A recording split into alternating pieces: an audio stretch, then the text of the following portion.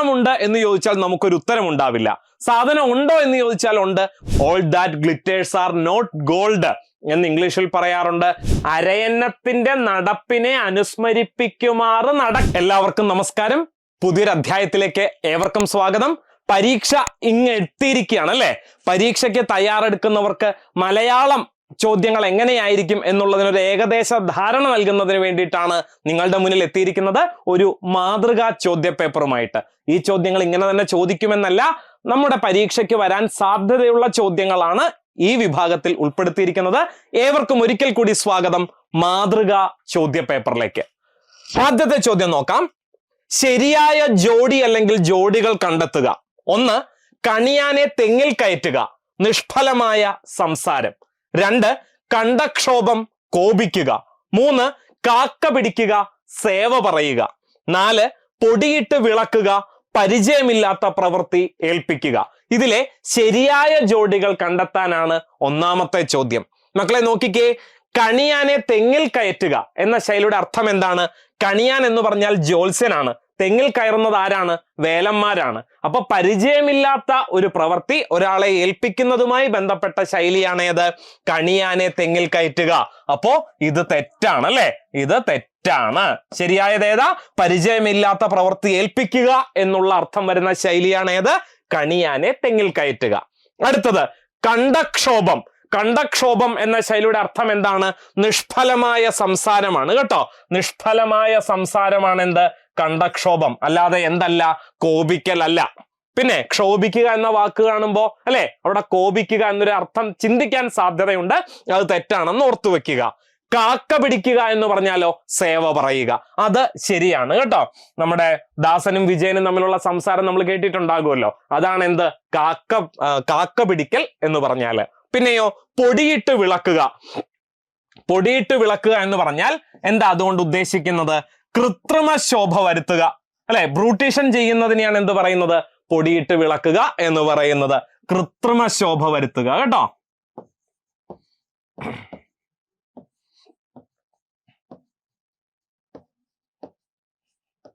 അപ്പൊ കിട്ടിയല്ലോ. ഇതിൽ ആകെ കൂടെ ശരിയായിട്ടുള്ളത് ഏതു മാത്രമേ ഉള്ളൂ?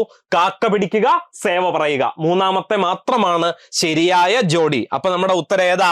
ഓപ്ഷൻ സി ആണ് ശരിയായ ഉത്തരം. കിട്ടിയല്ലോ. അടുത്ത ചോദ്യത്തിലേക്ക് കടക്കാം. ചോദ്യം ഇതാണ്: മേയനാമത്തിന് ഉദാഹരണമായി പറയാവുന്ന പദം ഏതാണ്? എന്താണ് മേയനാമം? നാമത്തെ തന്നെ പ്രധാനമായും 4ആയി തിരിച്ചിരിക്കുന്നു. എങ്ങനെയൊക്കെയാണ്? ദ്രവ്യനാമം, ഗുണനാമം, സർവനാമം, ക്രിയാനാമം. അതിൽ ആദ്യ വിഭാഗമായ ദ്രവ്യനാമത്തെ വീണ്ടും 4ആയി തിരിക്കുന്നുണ്ട്. എങ്ങനെയൊക്കെയാണ്? സംജ്ഞാനാമം, സാമാന്യനാമം, സമൂഹനാമം, മേയനാമം എന്നിങ്ങനെ 4ആയി തിരിച്ചിരിക്കുന്നു. എന്താണ് മേയനാമം? എണ്ണി തിട്ടപ്പെടുത്താൻ സാധിക്കാത്തതോ അളന്നു തിട്ടപ്പെടുത്താൻ സാധിക്കാത്തതോ ആയ വസ്തുവിനെയാണ് മേയനാമം എന്ന് പറയുന്നത്. എത്ര എണ്ണമുണ്ട് എന്ന് ചോദിച്ചാൽ നമുക്കൊരു ഉത്തരം ഉണ്ടാവില്ല. സാധനം ഉണ്ടോ എന്ന് ചോദിച്ചാൽ ഉണ്ട്, പക്ഷെ എത്രയുണ്ടെന്ന് ചോദിച്ചാൽ അതിനൊരു ഉത്തരമില്ല. അങ്ങനെയാണെങ്കിൽ അതിനെ ഏതു വകുപ്പിൽപ്പെടുത്താം? മേയനാമത്തിൽപ്പെടുത്താം. അപ്പൊ ഈ തന്നിരിക്കുന്നതിൽ അങ്ങനെയുള്ള എന്തെങ്കിലും ഉണ്ടോ? മനുഷ്യൻ അല്ലെ, എത്ര എണ്ണം ഉണ്ടെന്ന് കൃത്യമായിട്ട് നമുക്ക് എണ്ണാൻ സാധിക്കും. രാമായണമാണെങ്കിലും അങ്ങനെയാണ്. വെളുപ്പ് അല്ലെ, അതൊരു നിറമാണ്. പിന്നെ ആകാശം, യെസ്, ആകാശമുണ്ടോ എന്ന് ചോദിച്ചാൽ ഉണ്ട് അല്ലെ. എത്ര ആകാശമുണ്ട്? 1.5 കിലോ ആകാശമുണ്ട്, 2.5 ലിറ്റർ ആകാശമുണ്ട് എന്നൊക്കെ നമുക്ക് പറയാൻ പറ്റുമോ? ഇല്ല എന്നുള്ളതാണ്. എണ്ണി തിട്ടപ്പെടുത്താൻ സാധിക്കില്ല, അളക്കാൻ സാധിക്കില്ല. അതിനെയാണ് മേയനാമം എന്ന് വിളിക്കുന്നത്. അപ്പൊ ഇവിടെ ഉത്തരം ഏതാണ്? ഓപ്ഷൻ ഡി, ആകാശമാണ് തന്നിരിക്കുന്നതിൽ മേയനാമത്തിന് ഉദാഹരണം. അപ്പൊ മനുഷ്യൻ എന്നുള്ളത് എന്തിൽ വരും? മനുഷ്യൻ എന്നുള്ളത് ഒരു വിഭാഗത്തിന്റെ പേരാണ്. അതുകൊണ്ട് മനുഷ്യൻ എന്നുള്ളത് സാമാന്യനാമത്തിന് ഉദാഹരണമാണ്. മനുഷ്യൻ സാമാന്യനാമമാണ്. അടുത്തത് നോക്കിക്കേ, രാമായണം. രാമായണം എന്നുള്ളത് ഇതിഹാസ ഗ്രന്ഥങ്ങളിൽ ഒന്നിന്റെ പേരാണ് രാമായണം. മഹാഭാരതത്തെയും അതുപോലെ രാമായണത്തെയും ചേർത്താണ് നമ്മൾ ഇതിഹാസങ്ങൾ എന്ന് പറയുന്നത്. അപ്പൊ ഇതിഹാസങ്ങളിൽ ഒന്നാണ് രാമായണം എന്ന നിലയ്ക്ക് രാമായണത്തെ എവിടെ പെടുത്താം? സംജ്ഞാനാമത്തിൽ പെടുത്താം. സംജ്ഞാനാമം, ഒന്നിന്റെ പേരായ ശബ്ദം സംജ്ഞാനാമം. വെളുപ്പ് എന്നുള്ളത് ഒരു വസ്തു വെളുത്തിരിക്കുന്നു അല്ലെങ്കിൽ ഒരു വസ്തു കറുത്തിരിക്കുന്നു, അതൊക്കെ എന്താണ്? ആ വസ്തുവിന്റെ ഗുണത്തിൽ പെടുന്നതാണ്. അപ്പോ വെളുപ്പ് എന്നുള്ളതിനെ നമുക്ക് എവിടെ പെടുത്താം? ഗുണനാമത്തിൽ പെടുത്താം. കിട്ടിയല്ലോ. അപ്പൊ ശരിയായ ഉത്തരം മാത്രമല്ല ബാക്കി 3 ഓപ്ഷന്റെയും വിശദീകരണവും നമ്മൾ കണ്ടു കഴിഞ്ഞു. അടുത്ത ചോദ്യത്തിലേക്ക് കടക്കാം. ചോദ്യം ഇതാണ്: അന്നനടയാൾ ഇത് വിഗ്രഹിച്ചാൽ നമുക്ക് കിട്ടുന്നത് എന്താണ്? അന്നത്തിന്റെ നടനമുള്ളവൾ, അന്നത്തിന്റെ നാട്യമുള്ളവൾ, അന്നത്തിന്റെ നടയുള്ളവൾ ആരോ അവൾ, നടനം അന്നമാകുന്നവൾ. ഇതിൽ അന്നം എന്ന വാക്കിന്റെ അർത്ഥം എന്താണ്? അന്നം എന്നാൽ ചോറ് എന്ന അർത്ഥമായിരിക്കും പെട്ടെന്ന് മനസ്സിലേക്ക് കടന്നു വരുന്നത്. എന്നാൽ അന്നത്തിന് അരയന്നം എന്നൊരർത്ഥം കൂടിയുണ്ട്. അരയന്നത്തിന്റെ നടപ്പിനെ അനുസ്മരിപ്പിക്കുമാറ് നടക്കുന്നവൾ ആരാണ്? സുന്ദരിയാണ്. ആ അർത്ഥത്തിലാണ് അന്നനടയാൾ എന്ന് പ്രയോഗിക്കുന്നത്. അപ്പൊ നമുക്ക് എങ്ങനെ വിഗ്രഹിക്കാം? അന്നത്തിന്റെ നടയുള്ളവൾ ആരോ അവൾ. ഓപ്ഷൻ സി ആണ് ശരിയായ വിഗ്രഹിക്കൽ. ഇത് ഏത് സമാസത്തിന് ഉദാഹരണമാണ്? മിക്കവാറും നമ്മുടെ പരീക്ഷയ്ക്ക് സമാസം കടന്നു വരില്ല, എന്നാലും ബൈ ചാൻസിനെങ്ങാനും കടന്നു വന്നാൽ ഏതാണ്? അന്യപദാർത്ഥ പ്രധാനം അല്ലെ? അരയന്നത്തിനുമല്ല ഇവിടെ പ്രാധാന്യം, നടക്കുക എന്ന പ്രവർത്തിക്കുമല്ല പ്രാധാന്യം. പിന്നെയോ അരയന്നം നടക്കുന്നത് പോലെ നടക്കുന്നവൾ ആരോ അവൾ അല്ലെ? മൂന്നാമതൊരർത്ഥത്തിലേക്ക് വിരൽ ചൂണ്ടുകയാണെങ്കിൽ അതിനെ നമുക്ക് എന്ത് വിളിക്കാം? ബഹുവ്രീഹി സമാസം എന്ന് വിളിക്കാം. അന്യപദാർത്ഥ പ്രധാനം ബഹുവ്രീഹിയാണ്. അടുത്ത ചോദ്യത്തിലേക്ക് കടക്കാം. ചോദ്യം ഇതാണ്: ശരിയായ പദം ഏത്? പ്രതിനിധാനം, പ്രതിനിധാനം, പ്രതിനിധാനം, പ്രതിനിധാനം. ഇതിലേതാണ് ശരിയായ പദം എന്നാണ് ചോദ്യം. റെപ്രസെന്റേഷൻ അല്ലെ? ഇംഗ്ലീഷിലാണെങ്കിൽ റെപ്രസെന്റ് ചെയ്യുക എന്നർത്ഥം വരുന്ന മലയാളം വാക്ക്. ഇതിലേതാണ്? ഓപ്ഷൻ സി ആണ് പ്രതിനിധാനം. ഇതാണ് ശരിയായ പ്രയോഗം. പ്രതിനിധീകരിക്കുക എന്നുള്ളത് തെറ്റായ പ്രയോഗമാണ് കേട്ടോ. എന്തിനെങ്കിലും റെപ്രസെന്റ് ചെയ്യുക എന്ന അർത്ഥത്തിൽ പ്രയോഗിക്കേണ്ടത് എന്താണ്? പ്രതിനിധാനം ചെയ്യുക എന്നാണ്. പ്രതിനിധീകരിക്കുക എന്നൊരു പ്രയോഗം മലയാളത്തിൽ ഇല്ല എന്നറിഞ്ഞു വെക്കുക. വാക്യശുദ്ധിയിൽ ആവശ്യമായി വരാം. അടുത്ത ചോദ്യത്തിലേക്ക് കടക്കുന്നു. ചോദ്യം ഇതാണ്: ഒറ്റപ്പദം എഴുതുക. സന്ദേശം അയക്കുന്നവൻ പ്രേക്ഷകനാണോ, പ്രേക്ഷിതനാണോ, പ്രേക്ഷകനാണോ, പ്രേഷിതനാണോ? ഒരുപാട് പേർക്ക് കൺഫ്യൂഷൻ ഉണ്ടാകുന്ന സാധനമാണ്. ആദ്യം നമുക്ക് ഏറ്റവും എളുപ്പമുള്ളതിൽ നിന്ന് തുടങ്ങാം. പ്രേക്ഷകൻ അല്ലെ? പ്രേക്ഷകൻ എന്ന് പറഞ്ഞാൽ ആരാ? കാണുന്നവനാണ്. ഇപ്പൊ എന്നെ സംബന്ധിച്ചിടത്തോളം നിങ്ങൾ എല്ലാവരും എന്നെ കണ്ടുകൊണ്ടിരിക്കുകയാണ് ആണല്ലോ. അപ്പൊ നിങ്ങളൊക്കെ ആരാണ്? പ്രേക്ഷകരാണ് അല്ലെ? നിങ്ങളൊക്കെ പ്രേക്ഷകരാണ്. നിങ്ങളൊക്കെ ആരെയാ കാണുന്നേ? എന്നെയാ കാണുന്നേ. കാണപ്പെടുന്നയാളെ എന്ത് വിളിക്കാം? പ്രേക്ഷിതൻ എന്ന് വിളിക്കാം കേട്ടോ. പ്രേക്ഷിതൻ. കാണുന്നവൻ പ്രേക്ഷകനാണെങ്കിൽ കാണപ്പെടുന്നവൻ ആരാണ്? പ്രേക്ഷിതനാണ് കേട്ടോ. പ്രേക്ഷിതൻ. അങ്ങനെയെങ്കിൽ പ്രേക്ഷകനും പ്രേക്ഷിതനും ഉണ്ട്. പ്രേക്ഷകൻ ആരാണ്? സന്ദേശം അയക്കുന്നവനെയാണ് എന്തു പറയുന്നത്? പ്രേക്ഷകൻ എന്ന് പറയുന്നത് കേട്ടോ. അയക്കുന്നവൻ ആരാണ്? പ്രേക്ഷകനാണ്. ആർക്കാണോ അയക്കുന്നത് അല്ലെങ്കിൽ ആരാണോ കത്ത് സ്വീകരിക്കുന്നത് അയാളെയാണ് എന്ത് വിളിക്കുന്നത്? സ്വീകർത്താവ് അല്ലെങ്കിൽ പ്രേക്ഷിതൻ എന്ന് വിളിക്കുന്നത്. അപ്പൊ അയക്കുന്നവൻ പ്രേക്ഷകനാണെങ്കിൽ പ്രേക്ഷിതൻ ആരാണ്? അയക്കപ്പെടുന്നവനാണ് കേട്ടോ. അയക്കപ്പെടുന്നവനാണ്.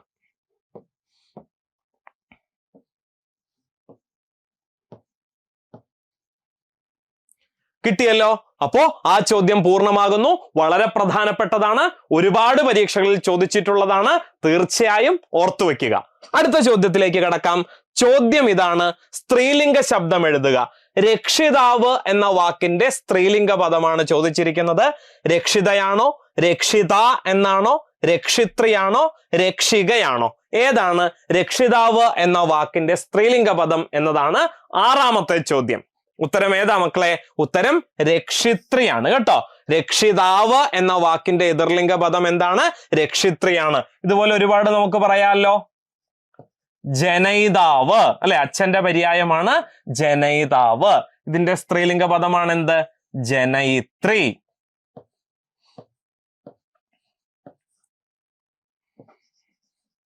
ജനകൻ എന്ന വാക്കും അച്ഛന്റെ തന്നെ പര്യായമാണ്.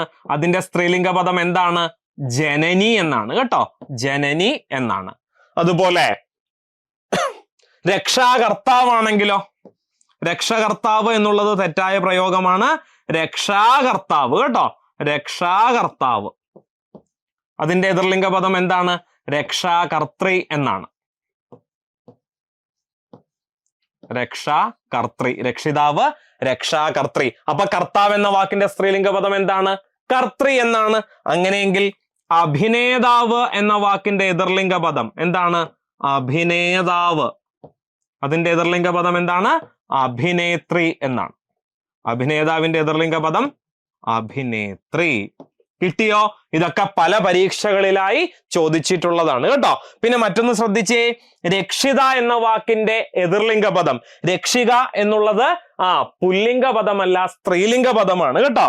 രക്ഷകൻ എന്നുള്ളതാണ് പുല്ലിംഗ പദം. അതിന്റെ എതിർലിംഗ പദമാണ് എന്ത്? രക്ഷകയല്ല, രക്ഷിക. രക്ഷകൻ എന്ന വാക്കിന്റെ എതിർലിംഗ പദം എന്താണ്? രക്ഷികയാണ് കേട്ടോ. രക്ഷിത, രക്ഷിത ഇത് രണ്ടും നമുക്ക് ഒഴിവാക്കാം, കൺഫ്യൂഷൻ ആക്കാൻ വേണ്ടി കൊടുത്തിരിക്കുന്നതാണ്. കിട്ടിയല്ലോ. അടുത്ത ചോദ്യത്തിലേക്ക് കടക്കുന്നു. പരിഭാഷയുമായി ബന്ധപ്പെട്ടതാണ് അടുത്ത ചോദ്യം. I didn't see any reason to disbelieve his statement എന്നാ തന്നിരിക്കുന്നത്. ഇതിന്റെ ഉചിതമായ തർജ്ജമ ഏത്? അയാളുടെ പ്രസ്താവന വിശ്വസിക്കാൻ ഞാൻ കാരണം കാണുന്നില്ല, അയാളുടെ പ്രസ്താവന ഞാൻ വിശ്വസിക്കുന്നില്ല, അയാളുടെ പ്രസ്താവന വിശ്വസിക്കാതിരിക്കാൻ ഞാൻ കാരണമൊന്നും കാണുന്നില്ല, അയാളുടെ പ്രസ്താവനയിൽ വിശ്വസനീയമായ കാരണമൊന്നും ഞാൻ കാണുന്നില്ല. ഇതിലേതാ ശരിയായ പരിഭാഷ? ഐ ഡിഡ്ന്റ് സീ ഞാൻ കാണുന്നില്ല, എനി റീസൺ കാരണമൊന്നും, ടു ഡിസ്ബിലീവ് വിശ്വസിക്കാതിരിക്കാൻ, അല്ലെ? വിശ്വസിക്കുക ബിലീവ് ആണ്, ഡിസ്ബിലീവ് വിശ്വസിക്കാതിരിക്കുക. ഹിസ് സ്റ്റേറ്റ്മെന്റ് അവന്റെ പ്രസ്താവന അല്ലെങ്കിൽ അയാളുടെ പ്രസ്താവന. അപ്പൊ ചേർത്ത് നമുക്ക് എങ്ങനെ വായിക്കാം? അയാളുടെ പ്രസ്താവന വിശ്വസിക്കാതിരിക്കാൻ കാരണമൊന്നും ഞാൻ കാണുന്നില്ല. അയാളുടെ പ്രസ്താവന വിശ്വസിക്കാതിരിക്കാൻ ഞാൻ കാരണമൊന്നും കാണുന്നില്ല. ഏതാ മക്കളെ? ഓപ്ഷൻ സി ആണ് ശരിയായ പരിഭാഷ. കിട്ടിയല്ലോ. അടുത്ത ചോദ്യത്തിലേക്ക് പോകാം. അഴകുള്ള ചക്കയിൽ ചുളയില്ല എന്നതിന് സമാനമായ ആശയമുള്ള ചൊല്ല് കണ്ടെത്താനാണ് പറഞ്ഞിരിക്കുന്നത്. 1, തവിട് തിന്നാലും തകൃതി വിടില്ല. 2, ചത്തു കിടന്നാലും ചമഞ്ഞു കിടക്കണം. 3, മിന്നുന്നതെല്ലാം പൊന്നല്ല. 4, വിത്തുഗുണം 10 ഗുണം. ഇതിലേതാ? അഴകുള്ള ചക്കയിൽ ചുളയില്ല, അല്ലെ? പുറമേ നിന്ന് കാണുമ്പോൾ സൗന്ദര്യമുള്ള വസ്തുക്കൾക്കൊന്നും അകമേ സൗന്ദര്യം ഉണ്ടാകണമെന്നില്ല എന്നർത്ഥം വരുന്ന ശൈലിയാണ് ഏത്? അഴകുള്ള ചക്കയിൽ ചുളയില്ല. ഇതിന് സമാനമായി വരുന്നതാണ് എന്ത്? മിന്നുന്നതെല്ലാം പൊന്നല്ല. All that glitters are not gold എന്ന് ഇംഗ്ലീഷിൽ പറയാറുണ്ട്. അതുപോലെ a book can't be judge by its cover എന്നും പറയാറുണ്ട്. ഒരു പുസ്തകത്തെ അതിന്റെ പുറന്താള് കൊണ്ട് വിലയിരുത്താനാവില്ല, അല്ലെ? പുറമേ നിന്ന് നോക്കുമ്പോൾ പുറന്താളിന് വലിയ ഭംഗിയൊന്നുമില്ലെങ്കിലും അതിന് അകക്കാമ്പുണ്ടെങ്കിൽ ആ പുസ്തകം യഥാർത്ഥത്തിൽ മൂല്യവത്താണ്. അപ്പൊ ഒരു വ്യക്തിയുടെ കാര്യവും അതുപോലെ തന്നെ. പുറമേ നിന്ന് കാണുമ്പോൾ സാമാന്യമായി നിർവചിക്കപ്പെടുന്ന സൗന്ദര്യാംശങ്ങളൊന്നും ആ വ്യക്തിയിൽ കാണാൻ സാധിക്കുന്നില്ലെങ്കിലും അടുത്ത് പെരുമാറുമ്പോൾ ആ വ്യക്തി ഉള്ളുകൊണ്ട് സുന്ദരനാണെന്ന് തിരിച്ചറിഞ്ഞാൽ നമുക്ക് ആ സ്ഥിതിവിശേഷത്തെ എന്തു പറയാം? A book can't be judge by its cover, അല്ലെങ്കിൽ അഴകുള്ള ചക്കയിൽ ചുളയില്ല എന്ന് പറയാം. കിട്ടിയല്ലോ. അപ്പൊ ബാക്കിയുള്ളത് നോക്കിക്കേ. തവിട് തിന്നാലും തകൃതി വിടില്ല. ഇതുപോലെ തന്നെ പറയുന്നതാണ്.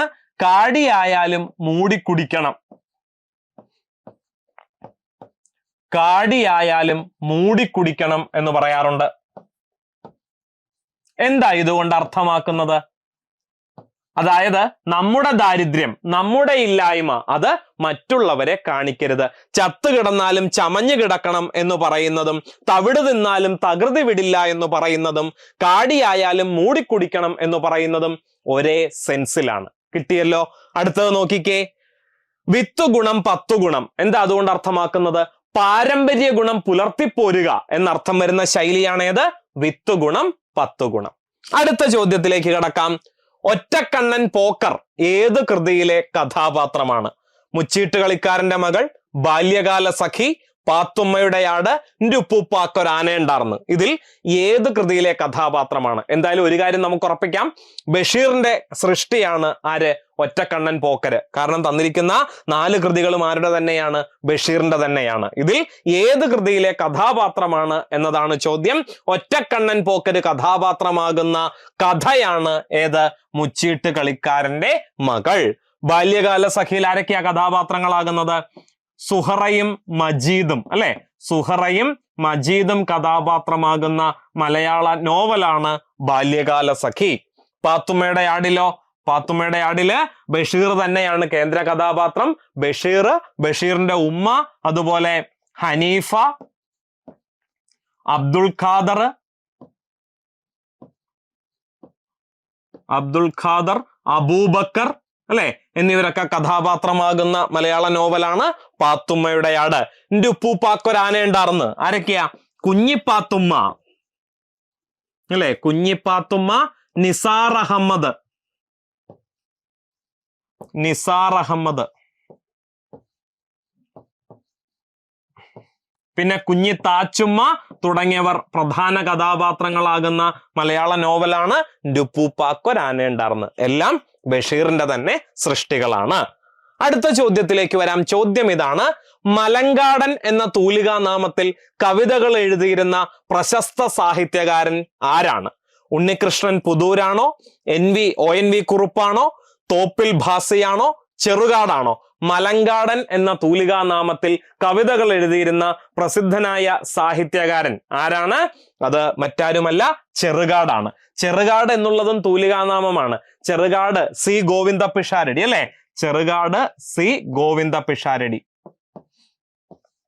നോവലിസ്റ്റ്, സ്വാതന്ത്ര്യ സമര സേനാനി, മലയാള അധ്യാപകൻ എന്നീ നിലകളിൽ പ്രസിദ്ധനാണ് ആര്? ചെറുകാട് സി ഗോവിന്ദ പിഷാരടി. ആദ്യകാലത്ത് അദ്ദേഹം കവിതകൾ എഴുതിയിരുന്നു. കവിതകൾ എഴുതിയിരുന്ന സമയത്ത് സ്വീകരിച്ച തൂലികാ നാമമാണ് ഏത്? മലങ്കാടൻ എന്നുള്ളത്. ഓക്കെ. ഉണ്ണികൃഷ്ണൻ പുതൂര് അല്ലെ, ഉണ്ണികൃഷ്ണൻ പുതൂരിന്റെ തൂലികാ നാമം എന്താണ്? പാക്കനാരാണ് കേട്ടോ. പാക്കനാർ എന്ന തൂലികാ നാമത്തിലാണ് ആദ്യകാലത്ത് സാഹിത്യരചന നടത്തിയിരുന്നത്. പിന്നെയോ ONV കുറുപ്പ്, 2007 ജ്ഞാനപീഠ പുരസ്കാരം നേടിയ ONV കുറുപ്പ് ആദ്യകാലത്ത് കൃതികൾ എഴുതിയിരുന്നത് ബാലമുരളി എന്ന തൂലികാ നാമത്തിലാണ്. ബാലമുരളി. പിന്നെ ആരാണ്? തോപ്പിൽ ഭാസി. ശരിയായ പേരെന്താണ്? തോപ്പിൽ ഭാസ്കരൻ നായർ എന്നാണ്. തോപ്പിൽ ഭാസി എന്നുള്ളത് അദ്ദേഹത്തിന്റെ തൂലികാ നാമമാണ്. ഓക്കെ, കിട്ടിയല്ലോ. അപ്പൊ നമുക്ക് അടുത്ത ചോദ്യത്തിലേക്ക് കടക്കാം. ചോദ്യം ഇതാണ്: താഴെ കൊടുത്തിരിക്കുന്നവയിൽ നദിയുടെ പര്യായം ഏത്? തടിനി, തളിമം, സൈഗതം, തലിനം. ഇതിലേതാണ് നദിയുടെ പര്യായം എന്നാ ചോദിച്ചിരിക്കുന്നത്. വളരെ എളുപ്പമുള്ളൊരു ചോദ്യമാണ് അല്ലെ. നദിയുടെ പര്യായം ഏതാണ്? തടിനി. തടിനി എന്നുള്ളത് നദിയുടെ പര്യായമാണ്. തളിമം എന്ന് പറഞ്ഞാൽ എന്താ? തളിമം മെത്ത അല്ലെങ്കിൽ കട്ടിൽ എന്നർത്ഥം വരുന്ന വാക്കാണ് ഏത്? തളിമം എന്നുള്ളത് കേട്ടോ. തളിമം. അതുപോലെ സൈഗതം. സൈഗതം എന്ന് പറഞ്ഞാൽ എന്താ? മണൽത്തിട്ടയാണ് കേട്ടോ. മണൽത്തിട്ടയാണ് സൈഗതം. പിന്നെ തലിനം. തളിമം എന്ന് പറഞ്ഞാലും തലിനം എന്ന് പറഞ്ഞാലും എന്തിന്റെ തന്നെ പര്യായ പദങ്ങളാണ്? കട്ടിലിന്റെ അല്ലെങ്കിൽ മെത്തയുടെ പര്യായ പദമാണ്. അടുത്ത ചോദ്യം നോക്കിക്കേ. പിരിച്ചെഴുതുക. ഉണ്മ എന്ന വാക്ക് പിരിച്ചെഴുതുക. ഉൾ പ്ലസ് മായാണോ, ഉൺ പ്ലസ് മായാണോ, ഉ പ്ലസ് ഉണ്മയാണോ, ഉണ പ്ലസ് മായാണോ? എന്താണ് ഉണ്മ? എങ്ങനെ പിരിച്ചെഴുതാം? ഉണ്മ എന്ന വാക്കിന്റെ അർത്ഥം യാഥാർത്ഥ്യം അല്ലെങ്കിൽ സത്യം, ഉള്ളിലുള്ളത് എന്നൊക്കെയാണ്. അപ്പൊ ഉണ്മ എന്ന വാക്ക് എങ്ങനെയായിരിക്കും പിരിച്ചെഴുതേണ്ടത്? ഉള്ളിലുള്ളതല്ലേ. അപ്പോ ഉൾ അധികം മായാണ് എന്താകുന്നത്? ഉണ്മയാകുന്നത്. അപ്പൊ ശരിയായ പദം പിരിവേത? ഓപ്ഷൻ എ ആണ് ശരിയായ പിരിവ്. അങ്ങനെയെങ്കിൽ വെണ്മ എന്ന വാക്ക് എങ്ങനെയാണ് പിരിച്ചെഴുതേണ്ടത്? നോക്കണേ. വെണ്മ വെൾ പ്ലസ് മായാണ് കേട്ടോ. വെൾ പ്ലസ് മായാണ് എന്താകുന്നത്? വെണ്മയാകുന്നത്. നന്മ എന്ന വാക്ക് എങ്ങനെ പിരിച്ചെഴുതാം? നൽ പ്ലസ് മ, അതാണ് എന്താകുന്നത്? നന്മയാകുന്നത്. അപ്പൊ തിന്മയോ? തിൽ പ്ലസ് മ.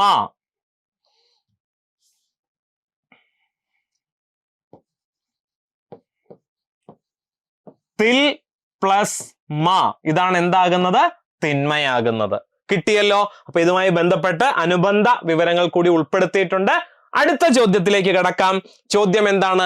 സമാന പദം ഏത്? ഇനൻ കാറ്റിന്റെ പര്യായമാണോ, അഗ്നിയുടെ പര്യായമാണോ, വെയിലിന്റെ പര്യായമാണോ, സൂര്യന്റെ പര്യായമാണോ? ഇനൻ എന്നുള്ളത് ആരുടെ പര്യായമാണ്? ഇനൻ എന്ന വാക്കിന് സൂര്യൻ എന്നും രാജാവ് എന്നും അർത്ഥമുണ്ട്. അപ്പോ ഇനൻ എന്നുള്ളത് ആരുടെ പര്യായമാണ്? തന്നിരിക്കുന്നതിൽ സൂര്യന്റെ പര്യായമാണ് ഇനൻ എന്നുള്ളത്. കാറ്റ് സമീരൻ അല്ലെ. അതുപോലെ അനിലൻ. അനിലൻ എന്ന് പറഞ്ഞാൽ കാറ്റാണ്. അതുപോലെ പവനൻ കാറ്റിന്റെ തന്നെ പര്യായ പദമാണ്. ഇനി അഗ്നിയുടെ പര്യായ പദത്തിലേക്ക് വരുമ്പോഴോ പാവകൻ, അല്ലെ? പാവകൻ എന്ന് പറഞ്ഞാൽ അഗ്നിയാണ്. അതുപോലെ അനലൻ, അനലൻ എന്ന് പറഞ്ഞാൽ ആരുടെ പര്യായമാണ്? അഗ്നിയുടെ പര്യായമാണ്. അനിലൻ കാറ്റാണെങ്കിൽ അനലൻ അഗ്നിയാണ്. വെയിലിന്റെ പര്യായ പദമായിട്ട് നമുക്ക് ആതപം പറയാം. ചൂട് പിടിപ്പിക്കുന്നത് എന്നുള്ള അർത്ഥത്തിൽ ആതപം എന്നുള്ളത് വെയിലിന്റെ പര്യായ പദമാണ്. ചോദ്യം പൂർണ്ണമാകുന്നു. അടുത്ത ചോദ്യത്തിലേക്ക് കടക്കാം. ചോദ്യം, as the seed so the sprout. ഇതിന്റെ പരിഭാഷയാണ് ചോദിച്ചിരിക്കുന്നത്. വിതച്ചത് കൊയ്യും, ഗുണം വിത്തിലറിയാം, വിത്ത് ഗുണം 10 ഗുണം, വിതയ്ക്കുന്നവനുണ്ടോ കൊതിക്കുന്നു. ഇതിലേതാണ് ശരിയായ പരിഭാഷ? As the seed so the sprout, വിത്ത് ഗുണം 10 ഗുണം. അതിന്റെ പരിഭാഷയാണ് ഏത്? As the seed so the sprout എന്നുള്ളത് കേട്ടോ. As the seed so the sprout. വിതച്ചത് കൊയ്യും, വിതച്ചാൽ കൊയ്യാം. ആസ് യു സോ, അല്ലെ? ആസ് യു സോ, SAW അല്ല, SOW. As you sow, so shall you റീപ്പ്.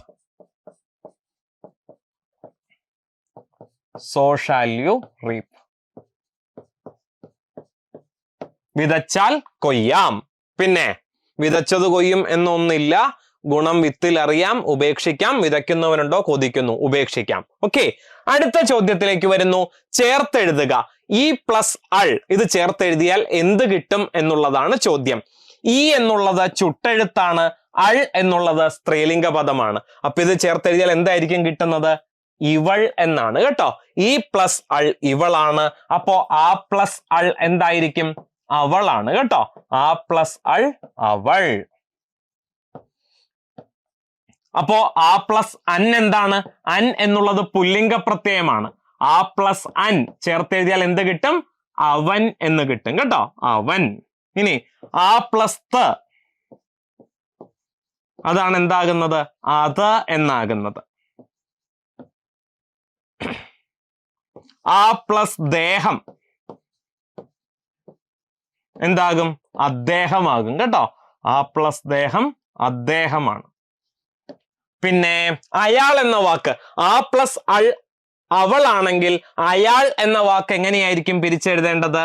ആ പ്ലസ് ആൾ, അല്ലെ? ഒരു ദീർഘം വരുമ്പോ എന്തായി മാറും? അയാൾ, അല്ലെ? ആ പ്ലസ് ആൾ അയാൾ.